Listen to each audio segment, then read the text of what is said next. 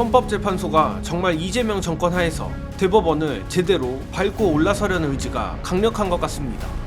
대선 하루 전날 헌법재판소가 또다시 의견서를 통해 재판소원 통과에 총력을 기울이는 모습입니다.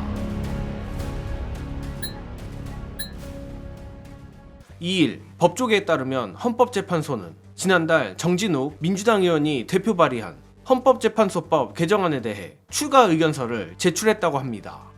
참고로 발의된 헌법재판소법 개정안의 골자는 헌법재판소법 제68조에 법원의 재판을 제외하고는이라는 문구를 삭제하는 것이고, 헌재는 앞서도 이에 대해 국민의 충실한 기본권 보호를 위해 필요하다는 의견서를 제출한 바 있습니다.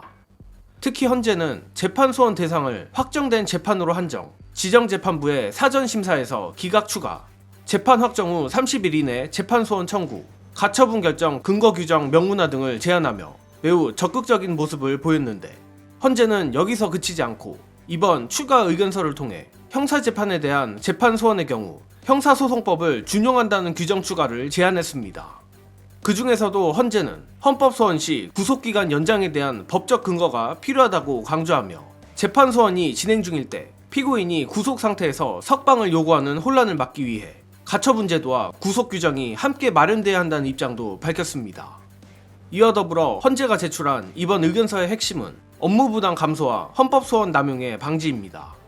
이번 재판소원 관련 법이 통과될 경우 헌법소원 사건 수가 폭증할 우려가 높아 방지책이 필요하다는 취지인데, 현행 헌재 지정재판부는 형식적 요건을 갖추지 못한 사건에 대해 각하 처분만 할 수 있고, 지정재판부 3인이 기각 의견일치가 되어도 요건이 충족되면 전원재판부로 넘길 수밖에 없습니다. 이에 헌재는 이 3인의 헌법재판관이 참여하는 지정재판부 사전심사를 강화해야 한다고 보고 있다고 합니다. 자, 아무튼 모두에서 말했듯 헌재가 정말 제대로 칼을 간 모습입니다. 하필 대선 바로 전날 이런 의견서를 낸 것부터 해서 일각에서 우려하고 있는 지점들에 대해 매우 구체적인 보완책을 제시하는 등 내용도 그렇고 타이밍까지 헌재가 정말 이번 기회에 대법원을 꼭 밟겠다는 의지가 여실히 드러났는데, 이는 역시 6월 4일부터 시작될 것으로 보이는 이재명 정권에 대한 일종의 강력한 어필이라고 해석해도 틀리지 않다고 봅니다. 특히 이번 헌재 의견서에서 구속기간을 언급한 게 상당히 재밌는 부분입니다.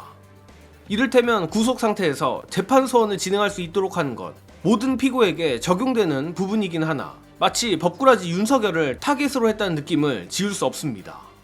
물론 지기현이 기괴한 법 왜곡으로 윤석열을 풀어주긴 했지만, 냉정히 말해 윤석열이 다시 빵에 들어가는 것은 시간 문제이고, 그렇다면 내란숙의 윤석열이 이 재판소원 제도를 악용하여 사회에 다시 나오려고 안간힘을 다할 것은 불보듯 뻔합니다. 그런데 관련해 헌재가 이를 원천 차단할 법적 근거를 만들어야 한다고 미리 나서 제안을 한 것은 눈여겨볼 지점이라 생각하며, 헌재가 차기 정권으로 유력한 이재명 후보 및 민주진영을 향해 자신들의 강한 의지를 드러낸 것이라 봅니다. 또한 실제로 지금이 아니면 헌재의 수건 사업인 이 재판소원이 통과되기 어려운 것도 사실입니다.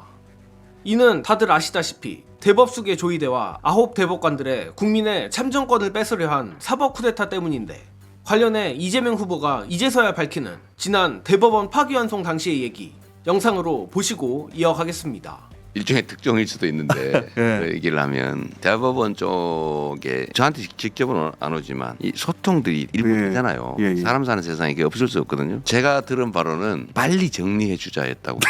아, 저도 비슷한 얘기 들었어요. 빨리 기각해 주자, 깔끔하게 그랬다고 해요. 그런데 어느 날 바뀌었대요, 갑자기. 조희대 대법관 그 과정은 뭐 말하기 그렇고 갑자기 바뀌어서 저는 성공한다 그래서 아 고맙구나 이런 생각했다니까요. 아 빨리 해주는구나. 심지어는 보수 진영의 평론가들도 다 비슷하게 얘기했어요. 지금 이 시국에 시국도 시국인데 이 시점에 판결 내용이 그 주심 대법관이 무죄 판결한 판결이 있어요. 그 뺏겨서 쓴 게 고등법 판결이에요. 그러니까요. 똑같은 사람이 주심을 했는데 반대로 쓴 거예요. 그리고 더 웃기는 거는 기각은 금방 할 수 있어요. 파기를 하려면 기록을 봐야 될 거 아니에요. 바꿔야 되는데 왜 바꾸는지 이유가 있어야 되잖아요. 그 핑계를 예를 들면 법률 판단이라서 쉽다라고 주장을 했는데 사실관계를 바꿨어요. 사실관계를 바꾸는 거는 특별한 사유가 있어야 되는데 그러려면 증거를 봐야 되잖아요. 그렇죠. 증거가 6만 쪽이에요. 저도 나름 법조인으로 먹고 산 지가 수십 년이잖아요. 정말 산전수전 다 겪었는데 이틀 만에 파기환송하는 거 보고 정말 황당무계했습니다. 다만 법원이 사법 쿠데타를 통해 너무 노골적으로 내란 본능을 드러내서 그렇지 헌재라고 절대 완전 무결한 조직이라 볼 수 없습니다. 검찰과 대법원의 사례에서 봤듯 권한이 집중되면 그 조직은 필연적으로 썩을 수밖에 없으며 지금 와서야 우리가 많이 잊고 있지만 헌재에도 여전히 윤석열 탄핵 심판 당시 파면 지연의 원인으로 의심됐던 3인의 재판관이 있는 상황입니다. 따라서 정예능은 대법관 증언 및 이번 보도에 나온 재판 소원과 더불어 헌재에 대한 견제 장치도 마련해야 한다고 생각합니다. 특히 사실상 사심제라 볼 수 있는 이번 재판소원법이 통과되면 헌재가 최종 법원의 역할을 맡게 될 것이고 가뜩이나 헌재는 구인체제로 대법원보다 인원수가 적은 만큼 그야말로 법조계 정관에 있어 최악의 정점기관이 될 수도 있습니다. 즉 최소한의 안전장치로 헌법재판관의 수도 늘리는 방안을 찾아야 하지 않을까 싶은데 안타깝게도 헌법재판관 9명의 수는 헌법에 명시돼 있어 쉽지 않습니다. 따라서 민주당이 이번에 헌재의 위상을 높임으로써 대법원을 견제하면서도 헌재를 향해 향후 개헌 시 헌법재판관의 숫자도 적절히 늘리는 식의 타협안을 제시하는 것이 바람직하지 않을까 합니다. 그러나 지금까지 입 아프게 말한 모든 것들의 전제는 바로 이재명 정권입니다. 다시 말해 우리가 투표하지 않으면 이 모든 논의는 의미 없는 논의가 될 수도 있다는 것입니다. 판세가 민주진영에 우세한 것은 사실이지만 이 모든 개혁을 하기 위해서는 압도적인 승리가 필요한 만큼 정예능 시청자 여러분들이 주변 지인 3명만 더 투표장에 데려가 주시기를 부탁드리며 이번 소식은 여기서 마칩니다.